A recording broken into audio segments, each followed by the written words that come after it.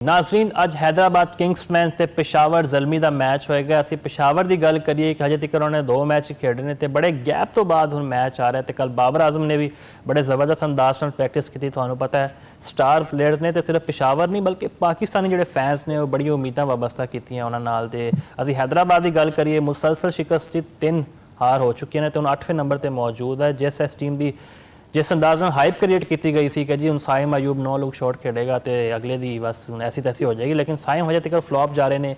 12.5 करोड़ रुपए विच उन्हां दा कॉन्ट्रैक्ट हैगा, तुहानूं पता है। ना उन्हां कोल हुण बॉलिंग हो रही है तो ना उन्हां कोल बल्ला चलदा पिया। लबूशन की गल करिए तुहानूं पता है कैप्टन ने उन्हां दे, लेकिन उन्हां दी सिलेक्शन उत्ते भी कई सवालात खड़े हो चुके हैं कि वो भी उस तरह परफॉर्म नहीं कर पा रहे। अज तक कभी T20 विच उन्हां दा अच्छा डेब्यू नहीं रहा तो हुण उन्हां नूं इन्नियां वड्डियां जिम्मेदारियां दे दित्तियां गईयां। तो असीं यह भी वेख्या कि हैदराबाद किंग्समैन की टीम सोशल मीडिया उत्ते ज़्यादा एक्टिव है बजाय पिच के उत्ते। मुज़ाहिर अवान साहब साडे नाल मौजूद ने। मुज़ाहिर साहब वध वजिया नूं हुण गद्दाफी स्टेडियम तुहानूं पता है इत्थे तो मैच नहीं होएगा, हुण हैदराबाद दा हुण नैशनल स्टेडियम कराची विच मैच स्टार्ट होने लगे ने। तो लगता है कोई अच्छा कमबैक कर सकती है हैदराबाद की टीम या सलाहियत रखती है? जी जी बहुत शुक्रिया मुफाक भाई, ਤੁਸੀਂ ਮੈਨੂੰ ਮਦੂ ਕੀਤਾ ਹੈ। ਤੇ ਬਿਲਕੁਲ ਕ੍ਰਿਕਟ ਜਿਹੜੀ ਹੈਗੀ ਹੈ ਇਹਦੇ ਅੰਦਰ ਤੁਸੀਂ ਕਿਸੇ ਵੀ ਟੀਮ ਨੂੰ ਇਹ ਨਹੀਂ ਕਹਿ ਸਕਦੇ ਕਿ ਅੰਡਰ ਐਸਟੀਮੇਟ ਨਹੀਂ ਕਰ ਸਕਦੇ, ਉਹ ਕੁਝ ਵੀ ਹੋ ਸਕਦਾ ਹੈ। हैदराबाद नो डाउट अच्छी टीम हैगी है, लेकिन ਇਹ ਦੇਖਾਂਗੇ ਲਾਹੌਰ ਦੀ ਪਿਚਿਸ ਤੇ ਕਰਾਚੀ ਦੀ ਪਿਚਿਸ ਤੇ ਥੋੜਾ ਜਿਹਾ ਫਰਕ ਹੈਗਾ। ਤੇ ਸਪਿਨ ਜਿਹੜਾ ਹੈਗਾ ਮੇਰੇ ਖਿਆਲ ਨਾਲ ਕਰਾਚੀ ਤੇ ਗਰਾਊਂਡ ਦੇ ਅੰਦਰ अच्छा परफॉर्म ਕਰਨਗੇ। ਤੇ ਦੇਖਨੇ ਅੱਜ हैदराबाद ਵਾਲੇ ਕੀ ਕਰਦੇ ਨੇ, ਲੇਕਿਨ ਪਿਛਲੇ ਜਿੰਨੇ ਵੀ ਮੈਚਸ ਹੋਏ ਨੇ ਅਸੀਂ ਤੇ ਬਿਲਕੁਲ ਡਿਸਅਪॉइंट ਹੀ ਹੋਏ ਆ ਉਹਨਾਂ ਨੂੰ ਦੇਖ ਕੇ ਕਿ ਜਿੰਨਾ नो डाउट कि तुसी जो कह रहे सी कि बिल्कुल हाइप बड़ी क्रिएट हुई एक हैदराबाद दी ते एक पिंडीज दी ते दोवें टीमां उंज परफॉर्म नहीं कर पा रही है जंज ਅਸੀਂ ਚਾਹ ਰਹੇ ਸੀ।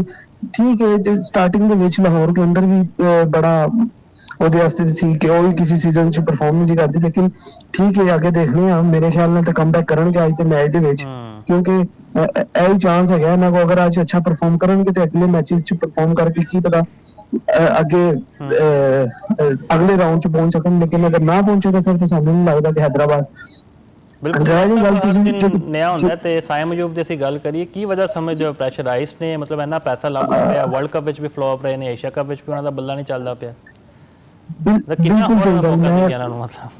बिल्कुल सही मैं साइम अयूब ਤੇ ਆਉਣ ਲੱਗਾ ਸੀ ਕਿ ਅਸੀਂ ਸਾइम अयूब ਨੂੰ ਇੱਕ ਬਹੁਤ ਹਾਈਪ ਸਾਡੀ ਆਪਣੀ ਗਲਤੀਆਂ ਹੈ ਕਿ ਸਿਰਫ 2-3 ਸ਼ਾਟਸ ਖੇਲੀਆਂ ਨੇ ਕਿ 9 ਲੋਕ ਸ਼ਾਟ ਤੋਂ ਬਾਅਦ ਅਸੀਂ ਉਹਨੂੰ ਬਹੁਤ ਜ਼ਿਆਦਾ ਹਾਈਪ ਦੇਤੀ, ਬਹੁਤ ਅੱਛਾ ਪਲੇਅਰ ਹੈ, ਬਹੁਤ ਇਹ ਉਹ। ਹਾਲੀ ਮੇਰੇ ਖਿਆਲ ਨਾਲ ਤੇ ਹਲੇ ਉਹਨੂੰ ਕਿ ਡੋਮੈਸਟਿਕ ਦੇ ਵਿੱਚ ਚਾਂਸ ਦੇਣਾ ਚਾਹੀਦਾ। ਜੋ ਹਾਲਾਤ ਚੱਲਦੇ ਪਏ ਨੇ ਸਾइम अयूब ਦੇ ਟੀਮ ਦੇ ਅੰਦਰ ਤੁਸੀਂ ਵੇਖ ਸਕਦੇ ਟੀਮ ਦੇ ਅੰਦਰ ਉਹ ਪਰਫਾਰਮ ਨਹੀਂ ਕਰ ਪਾ ਰਹੇ, ਲੀਗ ਕ੍ਰਿਕਟ ਦੇ ਅੰਦਰ ਉਹ ਪਰਫਾਰਮ ਨਹੀਂ ਕਰ ਪਾ ਰਹੇ। ਤੇ साइम अयूब ਇੱਕ ਅੱਛਾ ਟੈਲੈਂਟ ਹੈਗਾ, ਲੇਕਿਨ ਉਹਨੂੰ ਐਗਜ਼ੀਕਿਊਟ ਵੀ ਕਰਨਾ ਆਉਣਾ ਚਾਹੀਦਾ। ਤੇ ਇਹ ਸਾਡੇ ਸਿਲੈਕਸ਼ਨ ਕਮੇਟੀ ਤੇ ਕੋਚਿਸ ਤੇ ਹੋਣਾ ਚਾਹੀਦਾ ਕਿ ਉਹਨਾਂ ਦੀ ਜੋ ਟੈਕਨੀਕ ਦਾ ਇਸ਼ੂ ਆ ਰਿਹਾ ਉਹਨੂੰ ਸੋਲਵ ਕਰਨ, ਉਹਨਾਂ ਨੂੰ ਸਮਝਾਣ ਕਿ ਭਾਈ ਥੋੜੀ ਲੰਬੀ ਵਾਰੀ ਕਰਨੀ ਹੈ ਜੋ ਵੀ। ਲੇਕਿਨ साइम अयूब ਦਾ ਉਹੀ ਚੱਲਦਾ ਪਿਆ ਕਿ मतलब जल्दी आउट हो जाना, 11 12 30 स्कोर कर लेना। ਮੇਰੇ ਖਿਆਲ ਨਾਲ ਤੇ ਬਿਲਕੁਲ ਵੀ ਸਾइम अयूब ਤੇ ਅਸਲ 'ਚ ਜਦੋਂ ਤੁਸੀਂ ਬੈਟਿੰਗ ਨੂੰ ਛੱਡ ਕੇ ਬੋਲਿੰਗ ਦੇ ਵਿੱਚ ਵੀ ਆ ਜਾਂਦੇ ਹੋ ਨਾ, ਤੁਸੀਂ ਆਪਣੀ ਜਿਹੜੀ ਮੇਨ ਸਕਿੱਲ ਹੁੰਦੀ ਹੈ ਉਹ ਤੁਸੀਂ ਭੁੱਲ ਜਾਂਦੇ ਹੋ। ਤੁਸੀਂ ਕਹਿੰਦੇ ਹੋ ਠੀਕ ਹੈ ਮੈਂ ਪਰਫਾਰਮ ਕਰ ਰਿਹਾ, ਮੈਂ ਟੀਮ ਦੇ ਅੰਦਰ ਹਾਂ। ਇਹਦੇ ਅੰਦਰ ਨਹੀਂ ਹੋਣਾ ਚਾਹੀਦਾ। ਪਹਿਲੇ ਦਿਨ ਤੋਂ ਸਭ ਇਹੀ ਕਹਿ ਰਹੇ ਸੀ ਕਿ ਇਹਨੂੰ ਆਪਣੀ ਬੈਟਿੰਗ ਤੇ ਕੰਮ ਕਰਨਾ ਚਾਹੀਦਾ ਹੈ। ਬੋਲਰ ਸਾਡੇ ਕੋਲ ਬੜੇ ਨੇ, ਲੇਕਿਨ ਜੋ ਸਾਡਾ ਚੱਲਦਾ ਵੀ ਸਿਲੈਕਸ਼ਨ ਕਮੇਟੀ ਵਗੈਰਾ ਤੇ ਉਹਨਾਂ ਨੇ ਤਾਂ ਕਿਹਾ ਇਹਨਾਂ को ਬੋਲਿੰਗ ਵੀ ਕਰਵਾਓ, ਬੈਟਿੰਗ ਵੀ ਕਰਵਾਓ, ਸਭ ਕੁਝ ਕਰਵਾਓ।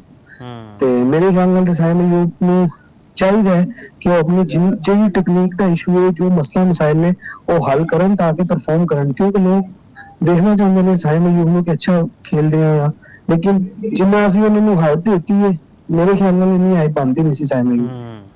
अच्छा मुलाजिर साहब ਅਸੀਂ ਜੇ हैदराबाद की गल करिए 1 अरब तो ज़्यादा कीमत है तो एक नवी टीम का जो इजाफा होता है तो 4 चांद लग जाते ਤੁਹਾਨੂੰ पता है, लेकिन अजे तक बड़ी वो फ्लॉप रही है। उन्होंने ਅਸੀਂ मैनेजमेंट की गल करिए या फिर उन्होंने ਜਿਹੜਾ एक बनया है मैं ਜਿਹੜਾ पूरी टीम का कॉम्बीनेशन है वो भी कुछ खास नज़र नहीं आता। मोहम्मद अली की गल करिए उन्होंने बारे कहा जाता है कि जी है भजदे स्पिनर ने तो इन्हों को ਜਿਹੜਾ एक स्पिनर है महेश ठीकशाना वो श्रीलंका के ਤੁਹਾਨੂੰ पता है तो उन्होंने परफॉर्मेंस कोई चंगी नहीं है तो एक ऑफ कलर बॉलर्स में अपनी टीम में पा लिया इन्होंने।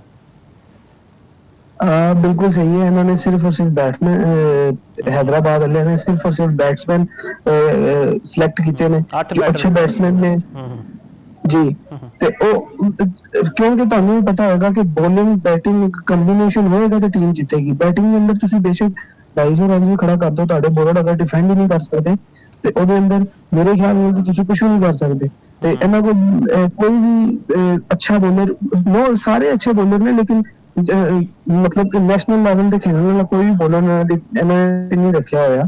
मतलब कि जो टॉप 10 ਦੇ ਵਿੱਚ ਆਏ ਜਾਂ ਜੋ ਵੀ ਅੱਛੇ ਬੋਲਰਸ ਹੋਣ। ਜੰਜ ਲਾਹੌਰ ਕਲੰਦਰ ਵਾਲਿਆਂ ਨੇ ਸ਼ਹੀਨ ਹਾਰਿਸ ਪੂਰੀ ਬੋਲਿੰਗ ਦਾ ਕੰਬੀਨੇਸ਼ਨ ਰੱਖਿਆ ਹੋਇਆ, ਜ਼ਲਮੀ ਵਾਲਿਆਂ ਨੇ ਵੀ ਰੱਖਿਆ, ਇਵਨ ਕਿ ਇਸਲਾਮਾਬਾਦ ਯੂਨਾਈਟਿਡ ਵਾਲਿਆਂ ਨੇ ਬੜੇ ਅੱਛੇ ਬੋਲਰ ਰੱਖੇ ਹੋਏ ਨੇ।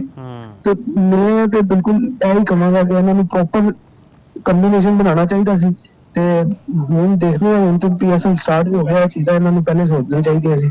ਹੁਣ ਇਹੀ ਹੋ ਸਕਦਾ ਕਿ ਇਹੀ ਟੀਮ ਨੂੰ ਲੈ ਕੇ ਚੱਲਣ ਤੇ ਸਪਿਨਰਸ ਨੂੰ ਮੌਕਾ ਦੇਣ, ਕਿਉਂਕਿ ਕਰਾਚੀ ਦੇ ਅੰਦਰ ਸਪਿਨਰਸ ਇਹਨਾਂ ਨੂੰ ਫਾਇਦੇਮੰਦ ਹੋਣਗੇ। ਪਿਸ਼ਾਵਰ ਜ਼ਲਮੀ ਦੇ ਕੰਬੀਨੇਸ਼ਨ ਦੀ ਗੱਲ ਕਰੀਏ ਜੀ, ਸਟਾਰ ਬੈਟਰ ਬਾਬਰ ਆਜ਼ਮ ਤੁਹਾਨੂੰ ਪਤਾ ਹੈ ਕਿਸੇ ਤਾਰਫ ਦੇ ਮੁਹਤਾਜ ਨਹੀਂ ਨੇ ਤੇ ਉਹਨਾਂ ਉੱਤੇ ਬੜੀ ਜ਼ਿੰਮੇਵਾਰੀਆਂ ਨੇ, ਖਾਸ ਤੌਰ ਤੇ ਉਹਨਾਂ ਦੇ ਫਾਸਟ ਬੋਲਰ ਨਾਹਿਦ ਰਾਣਾ ਬੰਗਲਾਦੇਸ਼ ਦੇ ਬੜੇ ਟੈਲੈਂਟਡ ਬੋਲਰ ਨੇ। ਤੇ ਸਪਿਨਰਸ ਦੀ ਗੱਲ ਕਰੀਏ ਤੇ ਸੁਫਿਆਨ ਮੁਕੀਮ ਤੁਹਾਨੂੰ ਪਤਾ ਉਹਨਾਂ ਨੂੰ ਜਾਦੂਗਰ ਕਿਹਾ ਜਾਂਦਾ ਹੈ। ਓਵਰਆਲ ਕੰਬੀਨੇਸ਼ਨ ਨੂੰ ਕਿਵੇਂ ਵੇਖਦੇ ਜ਼ਲਮੀ ਦੇ? ਮੈਂ ਵੈਸੇ ਹੈਦਰਾਬਾਦ ਤੇ ਜ਼ਲਮੀ ਦੇ ਅੰਦਰ ਬਿਲਕੁਲ ਜ਼ਲਮੀ ਨੂੰ ਸਟਰੋਂਗ ਵੇਖ ਰਿਹਾ ਹਾਂ, ਲੇਕਿਨ ਅੱਜ ਦੇ ਮੈਚ ਕ੍ਰਿਕਟ ਦਾ ਕੋਈ ਪਤਾ ਨਹੀਂ ਹੁੰਦਾ। ਦੇਖਾਂਗੇ ਕਿ ਅੱਜ ਕ੍ਰਿਕਟ ਦੇ ਵਿੱਚ ਕੀ ਹੁੰਦਾ ਹੈ, ਲੇਕਿਨ ਜ਼ਲਮੀ ਦੀ ਟੀਮ ਜ਼ਿਆਦਾ ਸਟਰੋਂਗ ਹੈ ਅਕੋਰਡਿੰਗ ਟੂ ਉਹਦੇ ਹੈਦਰਾਬਾਦ ਤੋਂ। ਅੱਛਾ, ਤੇ ਅਸੀਂ ਗੱਲ ਕਰੀਏ ਕੁਸ਼ਾਲ ਮੈਂਡਿਸ ਦੀ ਵੀ, ਤੇ ਅੱਛੇ ਬੈਟਰ ਨੇ, ਬੜੇ ਜ਼ਬਰਦਸਤ ਅੰਦਾਜ਼ ਨਾਲ ਪਰਫਾਰਮ ਕਰਦੇ ਪਏ ਨੇ, ਲੇਕਿਨ ਇਹ ਗੈਪ ਆ ਗਿਆ ਸੀ ਤੁਹਾਨੂੰ ਪਤਾ ਹੁਣ ਇੱਕ ਹਫ਼ਤੇ ਬਾਅਦ ਜਾ ਕੇ ਜ਼ਲਮੀ ਦਾ ਮੈਚ ਹੋ ਰਿਹਾ ਤੇ ਇਹ ਸਾਬਿਤ ਤੌਰ ਤੇ ਵੀ ਪ੍ਰੈਸ਼ਰ ਹੋਏਗਾ ਜ਼ਲਮੀ ਉੱਤੇ। ਜ਼ਲਮੀ अपने मैचेस जीते हुए भी है ना, क्योंकि ज्यादा प्रेशर मेरे ख्याल में हैदराबाद ਤੇ ਹੈਗਾ। ਵਜ੍ਹਾ ਇਹ ਕਿ ਹੈਦਰਾਬਾਦ ਆਪਣੇ ਮੈਚेस ਕੰਟੀਨਿਊਸਲੀ ਹਾਰਦਾ ਆ ਰਿਹਾ ਹੈ, ਜਿਹਦੀ ਵਜ੍ਹਾ ਤੋਂ ਮੇਰੇ ਖਿਆਲ ਨਾਲ ਜ਼ਿਆਦਾ ਪ੍ਰੈਸ਼ਰ ਹੈਦਰਾਬਾਦ ਤੇ ਹੈ। ਜ਼ਲਮੀ ਤੇ ਘੱਟ ਪ੍ਰੈਸ਼ਰ ਹੋਏਗਾ, ਲੇਕਿਨ ਇੰਨੇ ਟਾਈਮ ਗੈਪ ਆਉਣ ਤੋਂ ਬਾਅਦ ਅਗਰ ਖੇਲਣਾ ਥੋੜਾ ਮੁਸ਼ਕਿਲ ਹੁੰਦਾ ਹੈ। ਲੇਕਿਨ हैदराबाद ਦੀ ਟੀਮ ਕਿਉਂਕਿ ਫਸਟ ਪੀਐਸਐਲ ਖੇਡ ਰਹੀ ਹੈ ਤਾਂ ਉਹਨਾਂ ਨੂੰ ਇੰਨਾ ਐਕਸਪੀਰੀਅੰਸ ਨਹੀਂ ਹੋਏਗਾ, ਕਿਉਂਕਿ ਜ਼ਲਮੀ ਦੀ ਟੀਮ ਸ਼ੁਰੂ ਤੋਂ ਖੇਡੀ ਤਾਂ ਉਹਨਾਂ ਦਾ ਐਕਸਪੀਰੀਅੰਸ ਜ਼ਿਆਦਾ ਹੈ। ਮੇਰੇ ਖਿਆਲ ਨਾਲ ਤੇ ਹੈਦਰਾਬਾਦ ਤੇ ਪ੍ਰੈਸ਼ਰ ਹੋਏਗਾ, ਜ਼ਲਮੀ ਤੇ ਘੱਟ ਹੀ ਹੋਏਗਾ। ਅੱਛਾ, ਅਸੀਂ ਹੈਦਰਾਬਾਦ ਦੀ ਤੇ ਮੁਜ਼ਾਹਿਰ ਸਾਹਿਬ ਗੱਲ ਕਰੀ, ਜ਼ਰਾ ਹੁਣ ਰਾਵਲਪਿੰਡੀ ਦੀ ਗੱਲ ਕਰਦੇ ਹਾਂ। ਮੁਸਲਸਲ ਉਹਨਾਂ ਨੂੰ ਸ਼ਿਕਸਤ ਦਾ ਸਾਹਮਣਾ ਕਰਨਾ ਪੈ ਰਿਹਾ ਹੈ, 3 ਹਾਰ ਤੇ ਹੋ ਚੁੱਕੀਆਂ ਨੇ। ਤੇ ਅਸੀਂ ਮੁਹੰਮਦ ਰਿਜ਼ਵਾਨ ਦੀ ਗੱਲ ਕਰੀਏ, ਤੁਹਾਨੂੰ ਪਤਾ ਹੈ ਸੈਂਟਰਲ ਕੰਟਰੈਕਟਸ ਉਹਨਾਂ ਨੇ ਸਾਈਨ ਕਰਨ ਤੋਂ ਇਨਕਾਰ ਕੀਤਾ, ਪੀਸੀਬੀ ਦੇ ਨਾਲ ਮਾਮਲਾਤ ਖਰਾਬ ਰਹੇ ਨੇ, ਫਿਰ T20 ਵਰਲਡ ਕੱਪ ਵਿੱਚ ਵੀ ਜਗ੍ਹਾ ਨਹੀਂ ਬਣਾ ਸਕੇ ਤੇ ਅੱਜ ਵੀ ਉਹ ਸਟਰਗਲ ਕਰਦੇ ਪਏ ਨੇ। ਕੀ ਸਮਝਦੇ ਹੋ ਤੁਸੀਂ, ਕਿਉਂ ਪ੍ਰੈਸ਼ਰ ਆ ਇਸ ਟਾਈਮ ਜ਼ਿਆਦਾ? ਇਹੀ ਵਜੂਹਾਤ ਨੇ ਜਿਹੜੇ ਮਾਮਲਾ ਚੱਲਦੇ ਪਏ ਨੇ ਉਹਨਾਂ ਦੇ? ਬਿਲਕੁਲ ਬਿਲकुल ਹੁਣ ਤਾਂ ਇਹ ਵੀ ਕਿਹਾ ਜਾ ਰਿਹਾ ਕਿ T20 ਦੇ ਦਰਵਾਜ਼ੇ ਬੰਦ ਹੋ ਚੁੱਕੇ ਨੇ ਉਹਨਾਂ ਲਈ।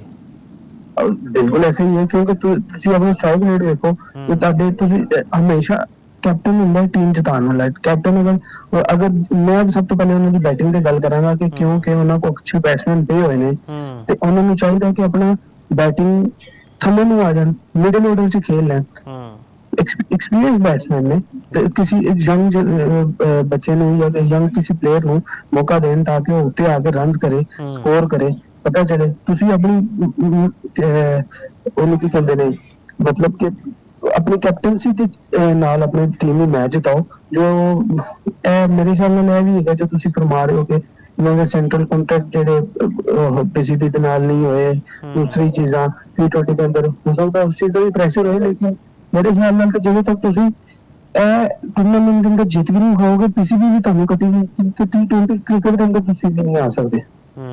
ਸਟੀਵ ਮਾਰਕਵਾ ਦੀ ਅਸੀਂ ਗੱਲ ਕਰੀਏ, ਫਿਰ ਹਨੀਫ ਬਰਾਦਰਾ ਨੇ ਤੁਹਾਨੂੰ ਪਤਾ ਹੈ ਪਾਕਿਸਤਾਨ ਲਈ ਬੜਾ ਕੰਟਰੀਬਿਊਟ ਕੀਤਾ ਹੈ ਤੇ ਅੱਜ ਇੱਕ ਨਵੀਂ ਜੋੜੀ ਮਸ਼ਹੂਰ ਹੋ ਰਹੀ ਹੈ, ਇੱਕ ਸਮੀਰ ਮਿਨਹਾਸ ਤੇ ਇੱਕ ਅਰਫਾਤ ਮਿਨਹਾਸ। ਸੀ ਸਮੀਰ ਮਿਨਹਾਸ ਦੀ ਗੱਲ ਕਰੀਏ ਜੀ, ਬੜੇ ਦਬੰਗ ਬੈਟਰ ਨੇ, ਇਸਲਾਮਾਬਾਦ ਯੂਨਾਈਟਿਡ ਤਰਫੋਂ ਖੇਡਦੇ ਪਏ ਨੇ ਤੇ ਅੰਡਰ 19 ਵਿੱਚ ਵੀ ਜਲਵਾ ਦਿਖਾ ਚੁੱਕੇ ਨੇ, ਖਾਸ ਤੌਰ ਤੇ ਇੰਡੀਆ ਦੇ ਖਿਲਾਫ ਬੜੀ ਜ਼ਬਰਦਸਤ ਸੈਂਚਰੀ ਸੀ। ਇਸ ਦੇ ਇਲਾਵਾ ਜੇ ਅਸੀਂ ਗੱਲ ਕਰੀਏ ਅਰਫਾਤ ਮਿਨਹਾਸ ਦੀ ਤੇ ਮਿਡਲ ਆਰਡਰ ਬੈਟਰ ਨੇ, ਸਪਿਨਰ ਵੀ ਬੜੇ ਅੱਛੇ ਨੇ ਤੇ ਮੁਲਤਾਨ ਸੁਲਤਾਨ ਦੀ ਨੁਮਾਇੰਦਗੀ ਕਰਦੇ ਪਏ ਨੇ। ਤੇ ਅੱਜ ਇਹਨਾਂ ਦੇ ਵਾਲਿਦ ਮੁਹਤਰਮ ਕਾਸ਼ਿਮ ਮਿਨਹਾਸ ਸਾਹਿਬ ਸਾਡੇ ਨਾਲ ਜੁੜੇ ਨੇ। ਕਾਸ਼ਿਮ ਸਾਹਿਬ ਵੱਧ ਜੀ ਆਇਆਂ ਨੂੰ। ਪਹਿਲੇ ਤਾਂ ਅਸੀਂ ਸਿਰਫ ਨਾਜ਼ਰੀਨ ਨੂੰ ਦੱਸ ਦਈਏ, ਅਸੀਂ ਸਿਰਫ ਇਹਨਾਂ ਨੂੰ ਇਸ ਲਈ ਦਾਵਤ ਨਹੀਂ ਦਿੱਤੀ ਕਿ ਇਹ ਦੋਵਾਂ ਭਰਾਵਾਂ ਦੇ ਵਾਲਿਦ ਨੇ, ਅਸੀਂ ਇਸ ਲਈ ਦਾਵਤ ਦਿੱਤੀ ਹੈ ਕਿ ਇਹ ਪ੍ਰੋਫੈਸ਼ਨਲ ਫੋਟੋਗ੍ਰਾਫਰ ਵੀ ਨੇ ਤੇ ਆਪ ਵੀ ਕ੍ਰਿਕਟ ਖੇਡ ਚੁੱਕੇ ਨੇ ਤੇ ਬੜੀ ਮੁਹੱਬਤ ਕਰਦੇ ਨੇ ਕ੍ਰਿਕਟ ਨਾਲ। ਸਰ ਜੀ, ਸਾਡੇ ਵਾਸਤੇ ਬੜੀ ਰਿਸਪੈਕਟ ਦੀ ਗੱਲ ਹੈ। ਪਹਿਲਾਂ ਤਾਂ ਇਹ ਦੱਸੋ ਕੀ ਹਾਲ ਹੈ ਤੁਹਾਡਾ? ਜੀ ਅਲਹਮਦੁਲਿਲਾ ਜੀ, ਸ਼ੁਕਰ ਹੈ ਜੀ, ਸਭ ਠੀਕ ਠਾਕ ਹੈ ਜੀ। ਅੱਛਾ, ਇਹ ਤਰ੍ਹਾਂ ਦੱਸੋ ਕਿ ਤੁਹਾਡੇ ਦੋਵਾਂ ਬੇਟਾਂ ਨੂੰ ਬਚਪਨ ਤੋਂ ਹੀ ਸ਼ੌਕ ਸੀਗਾ, ਸਕੂਲ ਲੈਵਲ ਅਸੀਂ ਗੱਲ ਕਰੀ, ਜਾਂ ਫਿਰ ਤੁਹਾਨੂੰ ਦੇਖ ਕੇ ਇੰਸਪਾਇਰ ਹੋਏ ਨੇ? ਕਿਉਂਕਿ ਤੁਸੀਂ ਵੀ ਮਾਸ਼ਾਅੱਲਾ ਕ੍ਰਿਕਟ ਖੇਡਦੇ ਨੇ। ਅਸੀਂ ਅਕਸਰ ਵੇਖਿਆ ਕਿ ਪੇਰੈਂਟਸ ਥੋੜੇ ਸਟ੍ਰਿਕਟ ਹੁੰਦੇ ਨੇ, ਜ਼ਿਆਦਾ ਤਵੱਜੋ ਕਹਿੰਦੇ ਨੇ ਜੀ ਆਪਣੀ ਤਾਲੀਮ ਉੱਤੇ ਦੇਵੋ, ਮਗਰ ਤੁਸੀਂ ਤੇ ਮਾਸ਼ਾਅੱਲਾ ਇਹਨਾਂ ਨੂੰ ਕ੍ਰਿਕਟ ਤੇ ਵੀ ਨਾਲ ਨਾਲ ਲਾਇਆ।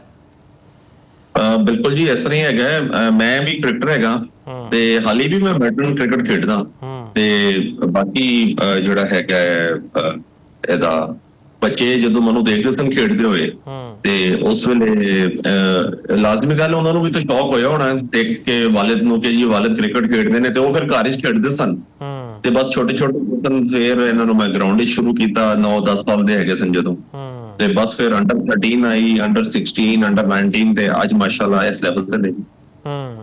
ਅੱਛਾ ਕਾਸ਼ਿਫ ਸਾਹਿਬ, ਅਸੀਂ ਵੇਖਿਆ ਕਿ ਮੁਲਤਾਨ ਦੀ ਅਸੀਂ ਗੱਲ ਕਰੀਏ ਜਨੂਬੀ ਪੰਜਾਬ ਦੀ, ਥੋੜੇ ਜਿਹੇ ਬੈਕਵਰਡ ਇਲਾਕੇ ਨੇ ਜਿਹੜੇ ਪਿੰਡਾਂ ਦਿਹਾਤਾਂ ਦੇ ਕ੍ਰਿਕਟਰਸ ਖੇਡਦੇ ਨੇ ਖੁਆਬ ਲਈ, ਉਹਨਾਂ ਵਾਸਤੇ ਸਹੂਲੀਅਤ ਘੱਟ ਨੇ, ਫਿਰ ਦੋਵਾਂ ਨੂੰ ਵੀ ਮੁਸ਼ਕਿਲਾਤ ਆਈਆਂ ਹੋਣੀਆਂ, ਕੀ ਕਹੋਗੇ? ਨਹੀਂ, ਇਹਨਾਂ ਦੋਵਾਂ ਨੂੰ ਮੁਸ਼ਕਿਲਾਤ ਕਿਸੇ ਕਿਸਮ ਦੀ ਮੈਂ ਆਣ ਨਹੀਂ ਦਿੱਤੀਆਂ। ਮੈਂ ਮਤਲਬ ਇਹਨਾਂ ਦਾ ਹਰ ਕਿਸਮ ਦਾ ਖਿਆਲ ਕੀਤਾ ਹੈ, ਹਰ ਚੀਜ਼ ਕੀਤੀ, ਜਿਹੜੀ ਚੀਜ਼ ਚਾਹੀਦੀ ਹੈ ਪ੍ਰੋਫੈਸ਼ਨਲ ਲੈਵਲ ਦੇ ਇਹਨਾਂ ਨੂੰ ਮੈਂ ਸ਼ੁਰੂ ਤੋਂ ਛੋਟੇ ਹੁੰਦੇ ਲੈ ਕੇ ਚੱਲਿਆ ਨਾ।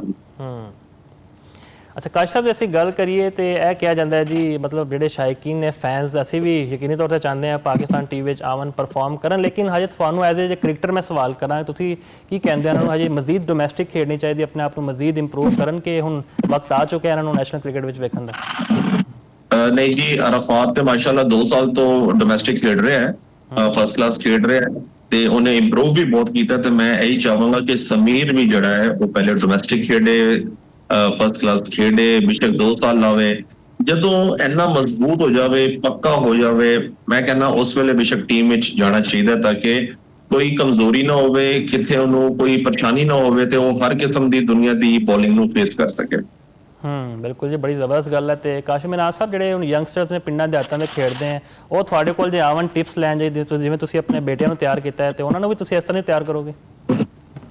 ਸਰ, ਮੈਂ ਜਦੋਂ ਅਰਾਫਾਤ ਪਹਿਲੀ ਦਫਾ ਆਇਆ ਸੀ, ਉਹਦਾ ਨਾਮ ਆਇਆ ਸੀ ਪਾਕਿਸਤਾਨ ਵਾਸਤੇ T20 ਵਾਸਤੇ, ਤੇ ਉਸ ਵੇਲੇ ਤੋਂ ਲੈ ਕੇ ਅੱਜ ਦੇ ਦਿਨ ਤੱਕ ਮੇਰੇ ਕੋਲ ਜਿਹੜੇ ਲੋਕ ਆਏ ਨੇ ਸਰ, ਮੈਂ ਉਹਨਾਂ ਨੂੰ ਪੂਰੀਆਂ ਟਿਪਸ ਦਿੱਤੀਆਂ ਨੇ, ਹਰ ਚੀਜ਼ ਦੱਸੀ ਹੈ, ਕਿਸੇ ਚੀਜ਼ ਦੀ ਕਮੀ ਨਹੀਂ ਮਤਲਬ ਕੀਤੀ। ਮੈਂ ਕਹਿੰਦਾ ਕਿ ਜਿਹੜਾ ਲੋਕਾਂ ਨੂੰ ਨਹੀਂ ਪਤਾ ਉਹਨਾਂ ਨੂੰ ਮੈਂ ਦੱਸ ਰਿਹਾ ਕਿ ਇਸ ਪਲੇਟਫਾਰਮ ਤੇ ਚੱਲੋ ਤੇ ਇਨਸ਼ਾਅੱਲਾ ਤਾਲਾ ਮਿਹਨਤ ਕਰੋ ਤੇ ਅੱਲਾਹ ਤਾਲਾ ਫਲ ਜ਼ਰੂਰ ਦਿੰਦਾ। ਕਾਸ਼ਿਫ ਸਾਹਿਬ, ਜਦੋਂ ਤੁਸੀਂ ਹੁਣ ਵੇਖਦੇ ਪਏ ਸੀ ਮੈਚ, ਅਸੀਂ ਬੜੇ ਜ਼ਬਰਦਸਤ ਮੂਮੈਂਟ ਸੀ, ਗਲੇ ਵੀ ਲਾਇਆ, ਤੁਸੀਂ ਪ੍ਰੋਫੈਸ਼ਨਲ ਫੋਟੋਗ੍ਰਾਫਰ ਨੇ ਤੇ ਤੁਹਾਡੇ ਸਟੇਡੀਅਮ ਵਿੱਚ ਬਹਿ ਕੇ ਜਿਹੜਾ ਤੁਸੀਂ ਕਿਵੇਂ ਇੰਜੋਏ ਕੀਤਾ ਆਪਣੇ ਬੇਟਿਆਂ ਦੀ ਬੈਟਿੰਗ ਵਿੱਚ?